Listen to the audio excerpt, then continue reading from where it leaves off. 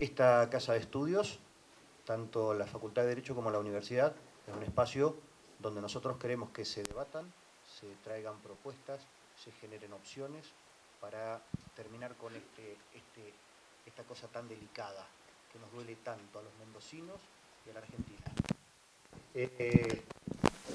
Agradecemos muchísimo la participación de ustedes, que nos venga hoy a visitar no solo la vicegobernadora, sino también la doctora María Fernanda Rodríguez, de la Secretaría de Acceso a Justicia de la Nación. Vienen con ideas nuevas, nos vienen a proponer cosas.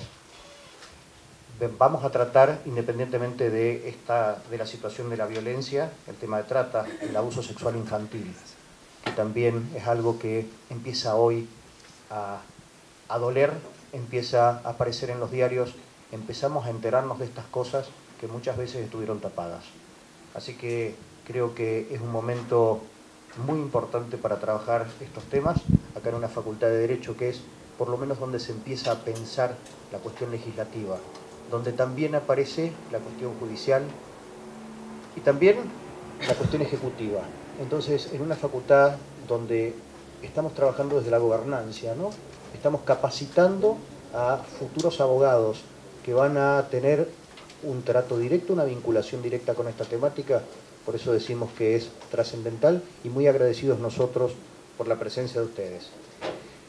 Hay algo que también hablábamos recién con la vicegobernadora, no se olviden de los victimarios, ¿sí? Estamos haciendo hincapié en las víctimas y algunas veces también hay que trabajar con el victimario. No encontramos muchas veces respuestas desde el sistema judicial, por lo menos, a estos victimarios. La prisión, la detención, que es un camino, es el camino. Muchas veces ustedes saben que al poco tiempo están otra vez en la calle. Entonces, esto de alguna manera hay que encararlo, ¿sí? ¿Qué se hace con estas personas? Si no tenemos un abordaje serio con estas personas, volverlos rápidamente a la calle, como es lo que muchas veces ocurre, no encontramos solución a los problemas. Bueno, simplemente me parece importante, en principio, agradecerte, María Fernanda. Tuvimos la oportunidad de conocernos hace muy poco, cuando estuvo la Conferencia Internacional de Mujeres Juezas, un evento deslumbrante, sinceramente, donde se decía más juezas, más justicia, ¿no? Y era el eslogan, ¿no? Esa perspectiva de género que a veces necesitamos para poder mirar todas estas problemáticas. Y yo quiero contarte, María Fernanda, que tenés acá un auditorio de privilegio, ¿eh? O sea, tenés prácticamente todas las personas, las mujeres, que han estado muy vinculadas, muy comprometidas con resolver los problemas que existen entre la legislación vigente, que digo, bueno, yo fui una, tal vez, de las partícipes en ese proceso de legislación a nivel nacional, cuando se sancionó la ley de erradicación de violencia contra las, bueno, prevención, erradicación de violencia contra las mujeres, la 26485, y cuando llegué a la provincia como vicegobernadora, yo dije, ¿cómo hacemos para vencer la brecha, ¿no? La brecha entre la legislación y la implementación para realmente tutelar efectivamente derechos. Y yo, como yo digo, siempre funciono como ingeniera más. ¿No? Yo decía, bueno, no hay manera si nosotros no articulamos entre los tres poderes del Estado. Y hicimos la primera asamblea por la equidad, y en esa primera asamblea por la equidad dijimos, el Poder Ejecutivo, el Poder Judicial y el Poder Legislativo trabajan juntos, pero articulando además con la sociedad, con quienes viven los problemas y con quienes son protagonistas de los procesos. Y yo creo que eso fue muy bueno para empezar a vencer esa brecha que todavía no terminamos, ¿no? Es decir, es un largo camino y que sabemos que emprendemos. Pero ya está aquí, por ejemplo, Silvina Anfuso, que es directora del área de género y diversidad del Poder Ejecutivo, bueno, con Liliana Capadona, no voy a nombrar a todas, pero bueno, Eleonora Lam, Milagros Noli, está Rosana Doctori del Ministerio Público Fiscal, ¿sí? bueno, la gente de la corte que vos ya conocías, has tenido el privilegio de acompañar, gente que está trabajando en distintas áreas desde la justicia, pero también desde distintos ámbitos de los sectores que les toca coordinar alguna acción en estos casos de violencia, no solo violencia contra las mujeres, sino en el ámbito de familia. Me parece que es un auditorio sumamente calificado porque hemos trabajado mucho juntos en estos procesos.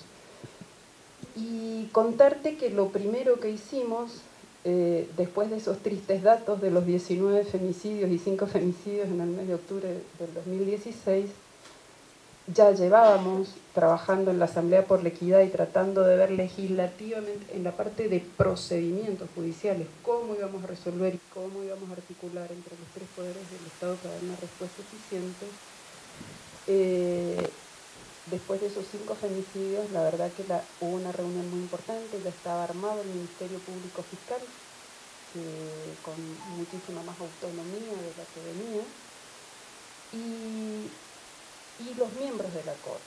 Y a partir de ahí se aceleró muchísimo todo lo que fue la parte de protocolos, ¿no? Es decir, yo decía, cuando nos reuníamos después de juntarnos con los miembros de la Corte, nos juntamos con los jueces de familia, y en ese momento yo les decía, miren, porque me decían, la ley ya está, sí, pero no todos lo aplican igual, porque tenemos la evidencia de casos en que no piensan de la misma manera los jueces que están en Malargüe, que los que están en San Rafael o en Tunuyán, o a los que están en Ciudad, ¿no? Y que vienen trabajando articuladamente con el Ministerio Público.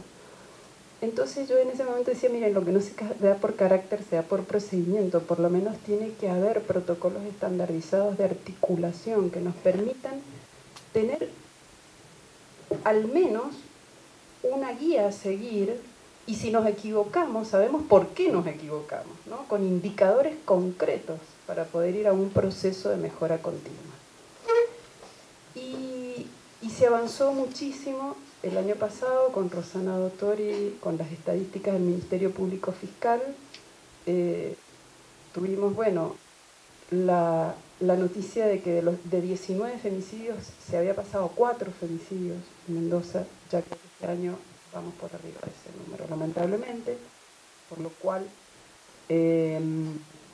no hemos erradicado la violencia contra las mujeres, ni tampoco sus consecuencias, y necesitamos sumar a todos los actores. Por eso estamos tan contentas que vos hoy vengas aquí.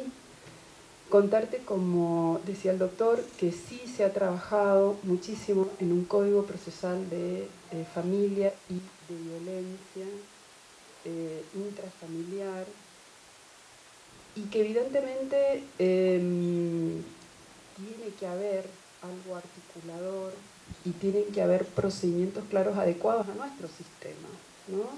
Es decir, porque cuando a mí me decían, bueno, la 26485 rige el Código de Familia, está, sí le digo, pero no está adecuado a nuestras instituciones, al funcionamiento de la justicia en Mendoza y a las características geográficas de la provincia. O sea, nosotros tenemos 3 oasis distanciados por desiertos, ¿no? Que eso no es verdad, que las prestaciones del servicio de justicia y el acceso a la justicia no se da, y lo tenemos que pensar pragmáticamente para que cualquier persona, no importa la condición geográfica, económica, tenga ese acceso y tenga efectiva de sus derechos y esa protección cuando está en situaciones de vulnerabilidad. Entonces, es un momento oportuno porque además, es verdad lo que decía, hemos trabajado muchísimo con Aida, con Eleonora, con Mariel Molina, pero no solo con ellas, con mesas de trabajo sobre un borrador de proyectos donde han estado, bueno, muchas de las personas que vos ves hoy acá, para tratar de llegar a ese código de procedimiento, ¿no? O sea, código de procedimiento. Y posiblemente necesite ajustes, estamos en un momento oportuno porque se va a tratar este año en la legislatura provincial, y lo que queremos es justamente que lo que hagamos sea eficaz a la hora de vencer esa brecha entre la legislación y su implementación. que sea una verdadera herramienta de articulación y de respuesta. Creo que hemos avanzado mucho porque al menos logramos que el Poder Ejecutivo, con Silvina y su equipo que tienen gran compromiso, pudiera disponer, bueno, creo a Chifi allá, que es de la Municipalidad de Godoy Cruz también, o sea, la articulación entre todos los niveles ejecutivos en la disposición de las distintas herramientas que tienen que poner para atender los casos de violencia, en coordinación con el Ministerio Público Fiscal, con la justicia, con la Corte. Pero estamos a las puertas de la sanción de una norma. Entonces, es bueno que miremos, que tengamos esas miradas para que saquemos la mejor norma y la que nos permita recopilar todas las experiencias. Pero yo lo que digo, por algo hay que empezar. O sea, no podemos estar siempre dando vueltas sin tener esto ya arreglado. Porque esto es un proceso de mejora continua. O sea, si nosotros tenemos una norma que esté lo suficientemente, digamos, trabajada interinstitucionalmente y la acordamos y tenemos además indicadores concretos, podemos ir avanzando en la aplicación e ir tal vez después hacia procesos de mejora continua. No creo en las cosas para siempre, menos con las dinámicas sociales y las problemáticas que estamos viviendo, pero sí creo en los procesos de mejora continua. Y para esto hace falta mucha predisposición, mucho trabajo en colaboración, mucho trabajo despersonalizado, diría. O sea, no me gusta que las cosas a veces tengan el título de propiedad, porque en este momento las construcciones son colectivas. Los mejores sistemas y más eficientes se arman en esquemas de colaboración, pero sobre algo, o sea, no en la nada, no desde la subjetividad. Tenemos una norma, la aplicamos, la evaluamos, tenemos indicadores y entre todos vamos viendo cómo cada día la mejoramos. Yo digo, y no hay que olvidar en todo esto a quien vive los problemas. El gran aporte que nosotros hemos tenido a través de todos los foros territoriales que hemos hecho, con Silvina, Estela, Rosana, que hemos recorrido la provincia, bueno, muchas de las personas que están acá que nos han acompañado, departamento por departamento, haciendo foros de sensibilización, ha sido de las mujeres.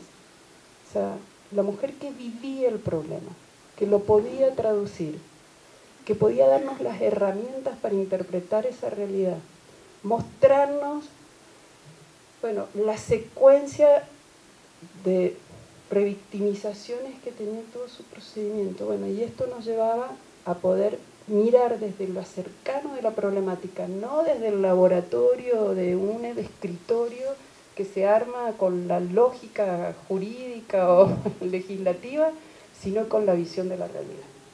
Entonces digo, todo lo que hagamos va a estar a prueba, porque se va a ir mejorando con el aporte de quien vive el problema. Y lo tendremos que ir mejorando a medida que aparezcan nuevos problemas. Cuando nosotros empezamos, y todavía nos decían, estos son casos de, ¿cómo es que decían, Silvina? Los casos no eran de violencia, sino de crímenes pasionales. ¿Ah? Estos son crímenes pasionales, ¿no? Bueno, y no se abordaba, o sea, ya estaba la ley sancionada, no, pero sí seguían siendo crímenes pasionales, bueno, cuánta pasión, puesta al servicio de la destrucción. Entonces, digo, se ha logrado instalar otra visión, se ha logrado sensibilizar, eso lo demuestran las estadísticas que se llevan en la Corte, las estadísticas que se llevan en Nación, cada vez más mujeres denuncian.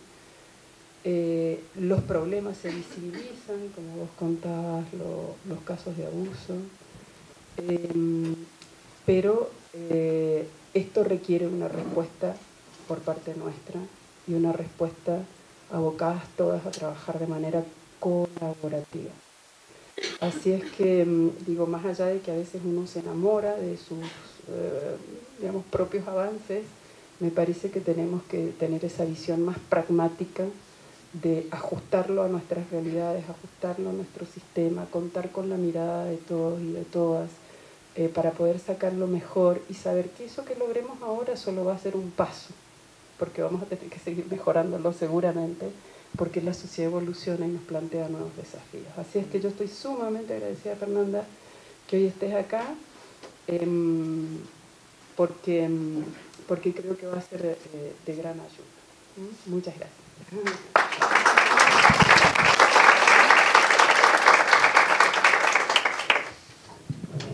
Buenos días a todas y a todos. Antes que nada quiero agradecer a esta alta casa de estudios en la persona de su vicedecano.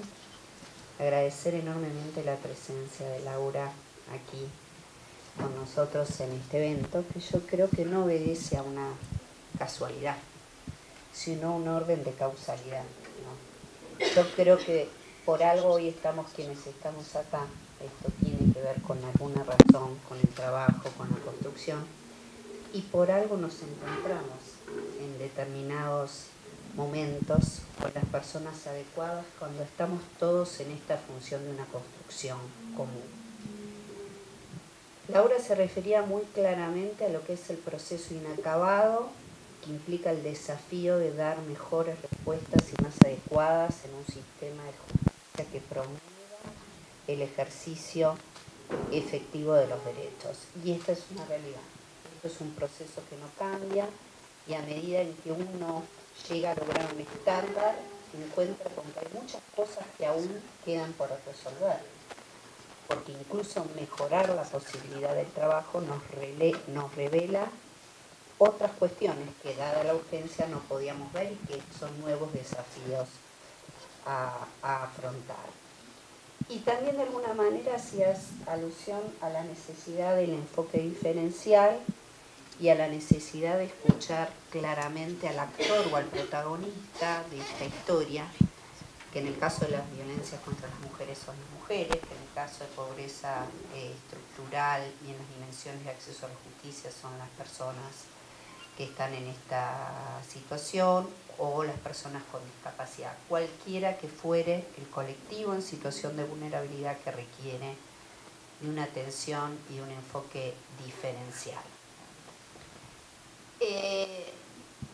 Quiero solo sacar 2 minutitos para contar un poco qué es el programa Justicia 2020, que es una instancia participativa de gestión de políticas públicas. Vamos a presentar en el transcurso de esta jornada todas las iniciativas que están vinculadas al acceso a la justicia con determinados tipos de colectivos, y vamos a tener un enfoque, como no podría ser de otra manera, para quien me conozca, bastante específico con el tema de género.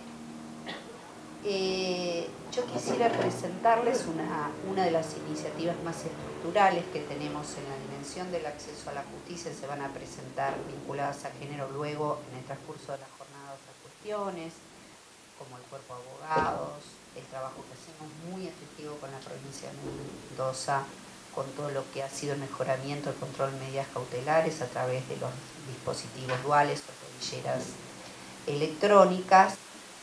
Como les decía, el cuerpo, que va a ser la dimensión del patrocinio jurídico gratuito para aquellas víctimas que no pueden acceder a la justicia por esta ausencia. Pero les quiero hablar particularmente de un proyecto que tenemos en el Ministerio, en una de las iniciativas 2020, que quiero comentarles que la comisión que trabajó este tema, uno de los temas que más tiempo nos llevó fue definir el título. Y ustedes van a decir, ¿por qué? Porque era definir cómo íbamos a desgranar. Y el primer desafío que nos pusimos como comisión fue darnos la oportunidad de pensar un sistema que no estuviera permeado por nuestros preconceptos ni por las realidades existentes a nivel nacional ni a nivel provincial. No queríamos pensar cuál era la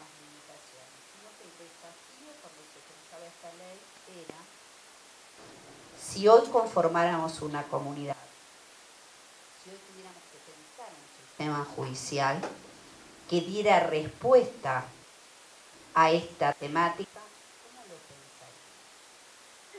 Y ahí no importaba nada, no importaba si teníamos hoy jueces que juran con una especialización, si tenemos divisiones de fueros o no, nada de esto tenía que entrar en la discusión de esa nota, sino la oportunidad de pensar cuál era la mejor manera en que íbamos a poder abordar esta temática. Uy, algo toqué que no es. La flechita o...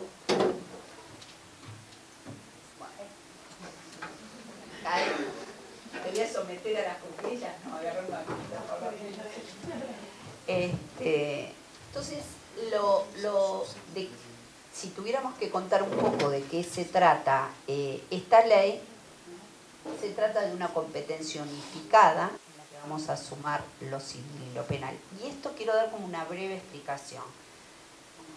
El sistema funcionó y se organizó muy adecuadamente históricamente a la realidad social que ingresó al Poder Judicial. Hay algo que siempre dice el ministro y que nosotros lo decimos hace muchos años que damos, quienes nos conocen del Poder Judicial, gestión y gobierno judicial, que es que si viniera alguien de hace 200 años, lo único que no le parecería extraño es el Poder Judicial. Le diría fojas, le diría vuestra excelencia, y miraría un expediente atado en papel, ¿no? Cosido, y creo que sería el único lugar en donde no se sentiría extraño. Y esto lo decíamos porque teníamos uno de los primeros expedientes de tema, porque por ejemplo el sistema que se divide por fueros civiles y penales, y voy a dar un caso muy sencillo, en una amenaza, donde yo me cruzo con un extraño, amenazo, lo único que tiene que hacer el juez es determinar el hecho antijurídico y culpable, proceder a la representación, establecer la sanción, era lo que tenía que hacer un juez penal. Ahora, ¿qué pasó cuando empezó una amenaza en el ámbito de un contexto familiar? Cuando la posibilidad de la amenaza y la perpetración del hecho estaba casi en una fase de minutos, horas, segundos. Por ejemplo, tuvo que dar medidas cautelares, exclusión del hogar. ¿Qué pasaba con ese imputado que de golpe, por una denuncia, se encontraba fuera de su hogar? ¿Por qué era una preocupación? Porque, por ejemplo, si ese señor no tiene dónde pernoctar, es posible que se ponga muy violento. Y también es posible que esa mujer le tenga mucho cariño, ha estado enamorada de ese hombre, y que le dé lástima dejarlo en la calle. Como que también le dé lástima pensar que vaya a cumplir una prisión. ¿Cuántas veces nos encontramos con las mujeres que nos dicen, yo solo quiero que esto termine? Ese otro no es un extraño, ese otro mantiene un vínculo, a ese otro la unen lazos como los hijos, que son permanentes en la historia de una vida personal. Entonces el sistema se empezó a encontrar con esto.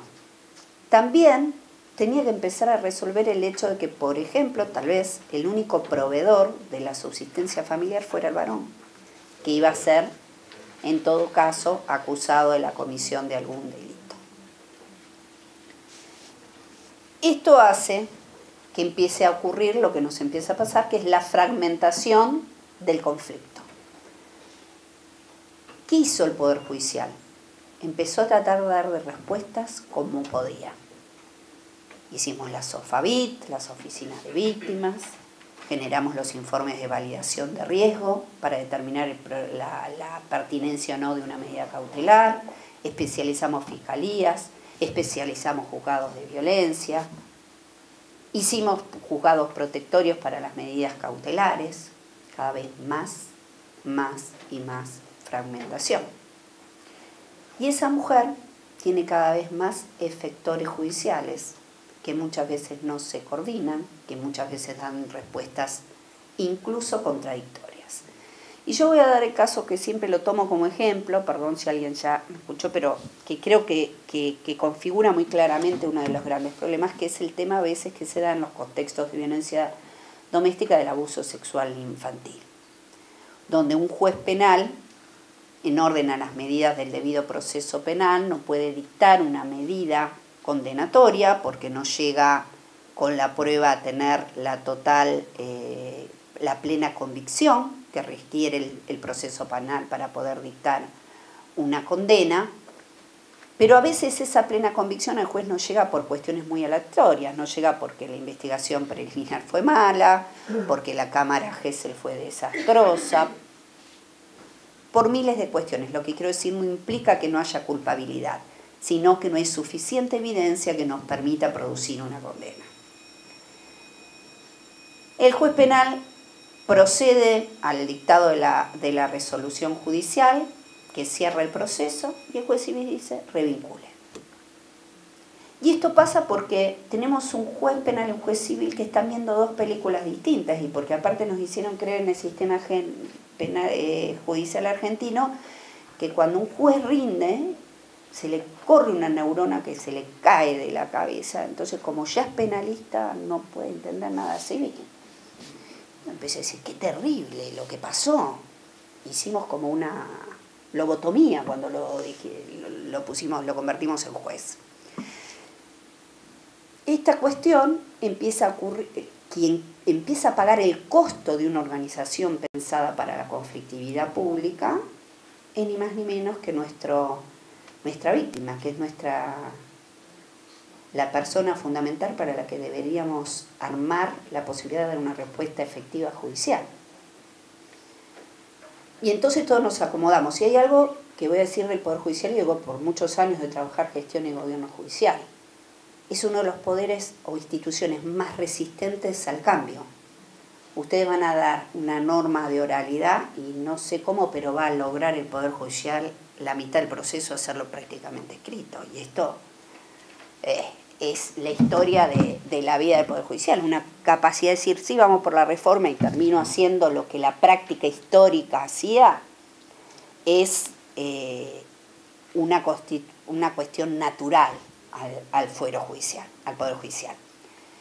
Entonces, esta resistencia al cambio, que es muy importante, la tenemos que tener en consideración, porque si queremos generar un sistema que es contracultural judicial, que no fragmenta el conflicto, que se basa en los patrones de la inmediatez y de la oralidad, como el que estamos proponiendo, que invierte la pirámide de organización judicial desde una pirámide donde el decisor, que es el que produce el producto o sentencia judicial, es uno asistido por 10 o 15 empleados, empieza a ser asistido él por una persona donde no puede proceder al esquema de delegación natural que siempre se ha dado en el Poder Judicial.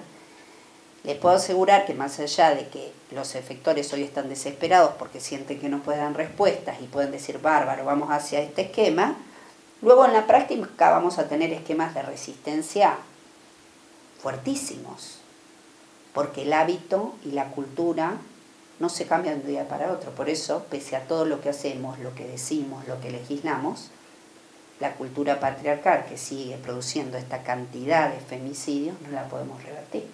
Lo contracultural es un proceso que lleva tiempo.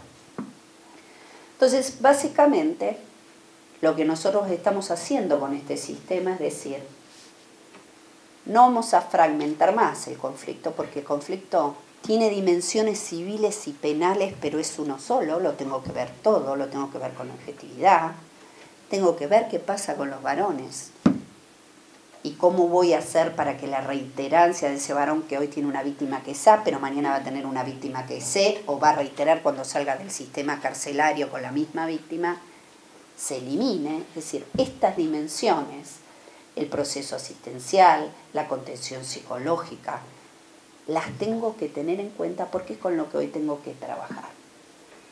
Ahí tenemos algunas de las justificaciones de estadísticas que tenemos a nivel país y a nivel mundial respecto a lo que es este fenómeno al que tenemos que abordar. Lo que nos dice la Oficina de Violencia, lo que pasó en el 2015, 11.348 personas afectadas. El número de víctimas de femicidios del 2016, 264 en todo el país, que es una barbaridad. lo que pasa con las personas adultas mayores y con la violencia, es decir, porque ahora les voy a explicar que lo pensamos un sistema que tiene como competencia no solo la violencia intrafamiliar, sino esa violencia que se da en los vínculos que hay relaciones de cuidado. Por ejemplo, lo que pasa en las instituciones con los adultos mayores también requiere de un abordaje con modelo integral, especializado, con inmediatez, con respuesta efectiva y rápida y que control de las medidas cautelares. O lo que pasa con un niño que está en una situación también por condición de abandono, de pobreza en estas instituciones que tienen que ver con lo administrativo, pero en las que a veces también se dan cadenas de abuso con quien ejerce el deber de cuidado. Y nos trajimos también como competencia, la única competencia que trajimos por materia, y fue una decisión que se trabajó durante mucho tiempo en la comisión, el capítulo de los delitos sexuales. Porque en el caso del abuso sexual infantil, los que son por fuera de lo intrafamiliar son solo un 20%, dejamos por fuera una atención de modelo integral a esta cantidad de abusos infantiles, sexuales, y en el caso de la violación, la verdad es que requieren el mismo tipo de abordaje por a lo que implica o lo que impacta en la víctima la experiencia de muerte que tiene que ver con el delito de violación. Entonces, ¿cuál es el objetivo de esta ley? Instaurar un nuevo paradigma organizacional, dar respuestas integrales a las víctimas y no más fraccionadas, evitar la revictimización, dar respuestas a los grupos en situaciones de vulnerabilidad y prevenir nuevos episodios y casos de violencia, es evitar la reiterancia. Evita la fragmentación, disminuye la victimización, promueve la especialización, desalienta el solapamiento de estructuras estatales, y esto lo vamos a ver cuando veamos cómo está organizado el sistema de gestión, ofrece respuestas oportunas, adecuadas y coordinadas, optimiza recursos, este es otro tema también muy importante, esto que comentábamos de que muchas personas haciendo todo lo mismo, porque no sabemos ni qué hacemos cada uno, e incorpora la justicia, la obligación de pensar las relaciones de poder que se dan, digamos, entre las personas. ¿Quiénes estuvieron en esta comisión? Tuvimos presentes personas del Poder Judicial, tuvo el Tribunal Superior de Córdoba, de Tucumán, la Cámara Nacional de Apelaciones Civil y Federal del Capital Federal, el Consejo de la Magistratura, el Poder Ejecutivo, ahí están el Ministerio Público, tuvimos la Procuración General, por ejemplo, de Salta, el Ministerio Público Fiscal y Tutelar de la Cava, y la Academia. Tuvimos personas pertenecientes a la Academia de la Universidad de San Andrés, Nacional de La Plata y de Palermo.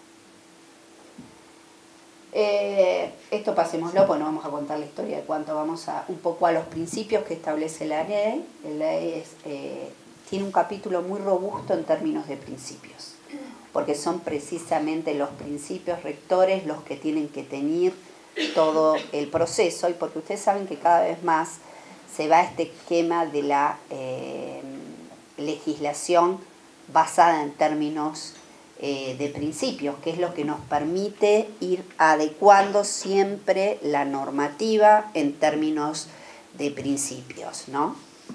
Entonces tenemos proceso oral, pero tenemos, póngame para atrás porque había algunos, la de interseccionalidad, no, sigamos.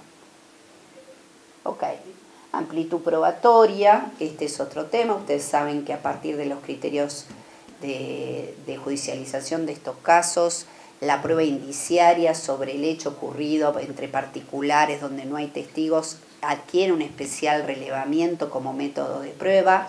Hoy, con el agravante del femicidio, por ejemplo, no solo tenemos que probar el hecho clásico, que es la muerte, levantar ADN, saber quién pudo haber sido el autor, sino también que tenemos que relevar en la misma escena del primer acto de revisación judicial lo que me determina que hubo un femicidio, que hubo un contexto femicida. De golpe adquiere una relevancia inusual los mensajes de WhatsApp, en donde uno puede relevar cómo procedió la cadena de sujeción, reconciliación, amenaza, ¿no? Perspectiva de género y sobre todo la interseccional. No es lo mismo una mujer que una mujer pobre, que una mujer con discapacidad, que una... Digo, hay que tener siempre en claro qué produce la interseccionalidad sobre la persona a la quien le vamos a prestar el sistema de justicia. Colegios de jueces, administrador del tribunal, tenemos 3 oficinas comunes, área de recepción, área de procesos y áreas de ejecución, y todo lo que es el Ministerio Público Fiscal requiere de Ministerio Público, tanto defensa como fiscalía, requiere de esquemas de especialización. Se sale del hito del expediente. Acá la princesa o la reina del proceso es la audiencia, todo es el sistema de audiencias. A ver si tenemos... bueno, vayamos para atrás. Y de alguna manera se establecen como 3 especies de columnas. Ustedes tienen una primer columna que va a ser el trazado de modelo de atención integral, que sería la oficina común que se llama área de recepción. Y ahí, ¿quién vamos a tener? Vamos a tener psicólogo, a la primera fase de toma de denuncias, la constatación de las lesiones. Y luego vamos a tener determinados tipos de elementos, informes técnicos que los van a ayudar al juez en una primera audiencia, que es inmediata, a tomar 3 decisiones que tienen, la verdad, que ver más que nada con un concepto totalmente protectorio, que es definición de la provisoria de alimentos, si hay que hacer una exclusión del hogar, un abrigo, según las circunstancias del caso, y si ameritaría, de acuerdo al riesgo, no sé, poseedor de armas, la posibilidad de proceder a una detención. Con lo cual, incluso después en el proceso se fija las 24 horas la audiencia por detención, lo mismo si esto ocurre en un hecho de flagrancia. Lo que quiero decirles, estuvimos trabajando con procesalistas penales y civiles precisamente para que, puesta la ley en movimiento, no tuviéramos colisión con ninguno de los principios rectores, ni del debido proceso penal ni del protectorio civil. Este es como el primer trazado, ¿no? Un acompañamiento interdisciplinario con informes al juez. El segundo es el esquema, la segunda oficina común es el área de procesos, donde vamos a tener todo el esquema de audiencias que ahora les voy a mostrar. Y donde vamos a ofrecer este esquema que le decías de pirámides invertidas, donde voy a tener muchos jueces y pocos empleados. Muchos jueces tomando constantemente decisiones jurídicas fundadas. Y que tendría que ser administrado preferentemente por un ingeniero, es decir, alguien que maneje esquemas de aprovechamiento de tiempo en las audiencias. Se acabó el juez que juega el golf a la mañana o tiene alguna clase que dar, la tendrá que dar por la tarde o el horario en el que no pueda atender. Es decir, su permanencia constante. Él se entera el día que llega del nivel de cantidad de audiencias que tiene que tomar. Por supuesto, estamos hablando de un juez con una especialización integral, ¿no? Que está tanto en materia civil como en penal. Y después tenemos el área de ejecución. La famosa, yo siempre hablo de lo mismo, evitar el escudo de papel que nos relatan las víctimas. Después que atravesó toda esta odisea con 20 jueces distintos, con equipos que la llamaron, que ya no sabe quién es, si es de la fiscalía, si es del protectorio. Aparte, después le dan un papel que dice que no puede pasar tal cosa que pasa todos los días. Entonces, es muy importante trazar la columna y el armado de respuesta de la ejecución. Y en ese sentido establecer un canal único de comunicación con el Ejecutivo. ¿Por qué? Porque en este sistema, como en ningún otro sistema, yo requiero de lo que se llama el sistema de justicia, no solo el sistema judicial, que también lo constituye el Poder Ejecutivo. Necesito las casas de abrigo, necesito los subsidios, necesito el programa específico si esa persona tiene algún tipo de discapacidad. Es decir, que necesito articular con una única voz desde el Poder Judicial. Esquemas miles se pueden generar para mejorar esa articulación. Decretos que me dan cupos sobre programas sociales a pedido de juez. Entonces, tal vez a veces hay programas del Ejecutivo que están pensados para cierta población, meta se dice cuando uno trabaja planes en el Ejecutivo, que tienen condiciones específicas muy bien pensadas para esa población y que a veces no se pueden aplicar a el caso de violencia. Bueno, parte del trabajo que hay que hacer con el Ejecutivo es levantar las barreras en estos casos y que yo tenga un cupo sobre ese programa a requerimiento del Poder Judicial. Y tenemos entonces a este acompañamiento de este colegio de jueces, esquemas de horarios largos, es decir, tenemos turno mañana, turno noche, tenemos el fin de semana a esto trabajando. Esto significa que vamos rompiendo con mucho de la cultura judicial. Entonces, no se termina el trabajo de atención a víctimas a 1:30 de la tarde. Ustedes saben que el mayor nivel de conflictividad o el mayor ingreso de denuncias se produce al atardecer. Ahí sigue estando ese juez que va a recibir y va a dar la primera audiencia. Y saben que también se incrementa mucho los fines de semana, con lo que es el consumo a veces de alcohol, la actividad, bueno. Esa oficina común, también la de ejecución, es la que tendría que trabajar, por ejemplo, los programas que evitan reiterancias con temas de violencia de hombres. Es en definitiva la que tiene que velar porque que se esté cumpliendo lo que ha dicho esa sentencia, porque esa persona esté cobrando los alimentos, porque cuente con los recursos estatales pensados para esas poblaciones, que muchas veces lo que falla es la interfaz y lo que está el servicio, pero no logramos que llegue a la persona o a la víctima. Pasemos. Acá les estoy mostrando el procedimiento, digamos, penal. Y está armado, como yo les digo, con las 3 columnas. Donde en la primera columna está el modelo de atención integral, en la segunda, como esto es una ley modelo procesal, están todas las audiencias, cómo juegan el nivel de audiencias, y en la tercera columna tengo la oficina nuevamente de ejecución. No sé si tenemos los 3 procedimientos. Este es el civil, con el esquema de audiencias que la ley procesal le impone, y este es el penal y el civil. Ahí lo ven completo. Parece complicado, pero bien organizado, con esquemas de audiencias y con sistema de gestión judicial, esto funciona. Esto lo que nos permite es poner la ley que se trabajó, digamos, en alguna manera en movimiento. Cómo juego con las audiencias, qué pasa cuando el proceso es mixto, qué pasa cuando solo tengo una dimensión civil o cuando solo tengo una dimensión penal. Bueno, esto es un poco, ya lo comenté, los tipos de violencias contemplados. Todo esto requiere, por supuesto, procesos de especialización, trabajos muy fuertes en evidencia digital y hay como un fuerte impacto en lo que tiene que ver con medidas de protección. Incluso vinculado al tema de prisión preventiva, bajo lo que es riesgo procesal, el esquema de tomar como riesgo procesal, si bien esto la jurisprudencia lo viene tomando, el peligro de vida de la víctima.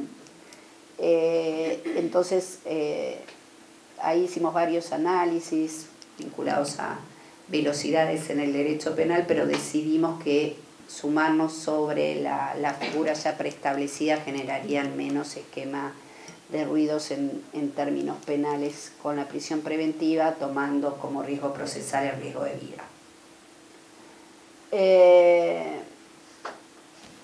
Tenemos una cantidad enorme de tipos de medidas que, si ustedes miran la ley, que se pueden dictar.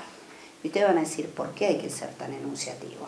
Bueno, porque como venimos del Poder Judicial conocemos muy bien que lo que no está escrito después es difícil que ocurra. Entonces, la enunciación de tipos de medidas que podemos tomar es enorme y muy imaginativa. Por supuesto que finaliza diciendo entre otras, para que no sea taxativo.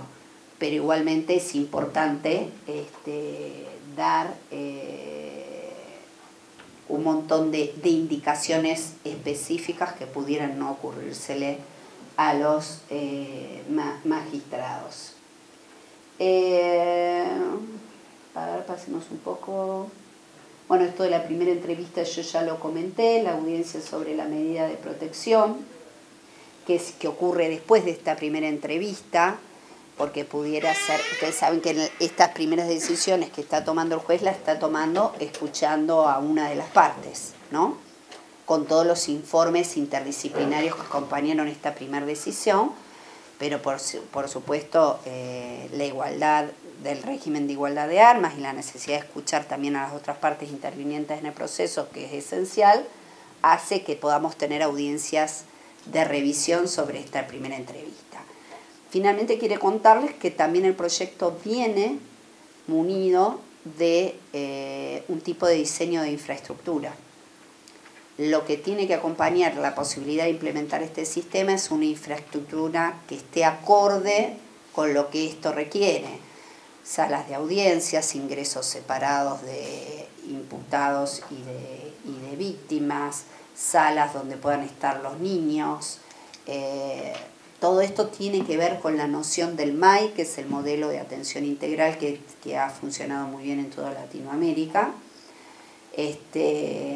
Y en ese sentido nosotros el esquema de infraestructura también se lo damos a la provincia y lo trabajaríamos con ellos siendo los planos de lo que se necesitará generar si no hay un edificio, y por supuesto la provincia contaría con el apoyo técnico y económico del Ministerio de Justicia para la realización de estos juzgados especiales en lo económico respecto a estructuras, como puede ser la infraestructura edilicia o tecnología,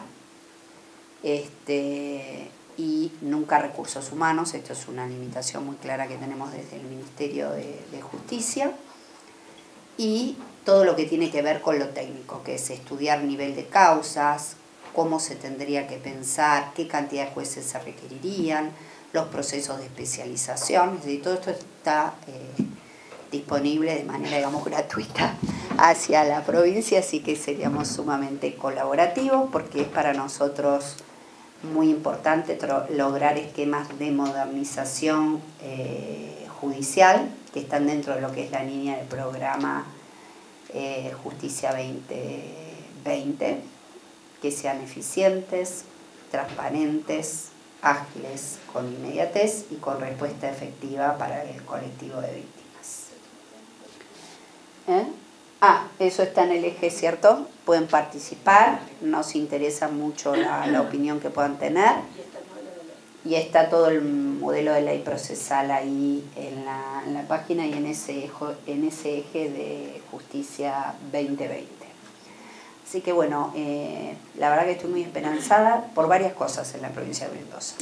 Por la vicegobernadora, por la Corte, que también presenta entusiasmo, y esto no es un tema menor, y porque la verdad que todo lo que hemos tratado de implementar, por ejemplo los dispositivos duales se han implementado maravillosamente en la provincia, ha sido unas provincias modelos, y la implementación del mejoramiento de las medidas cautelares. Así que bueno, quedo a disposición y ojalá podamos lograrlo acá como primera provincia en Argentina.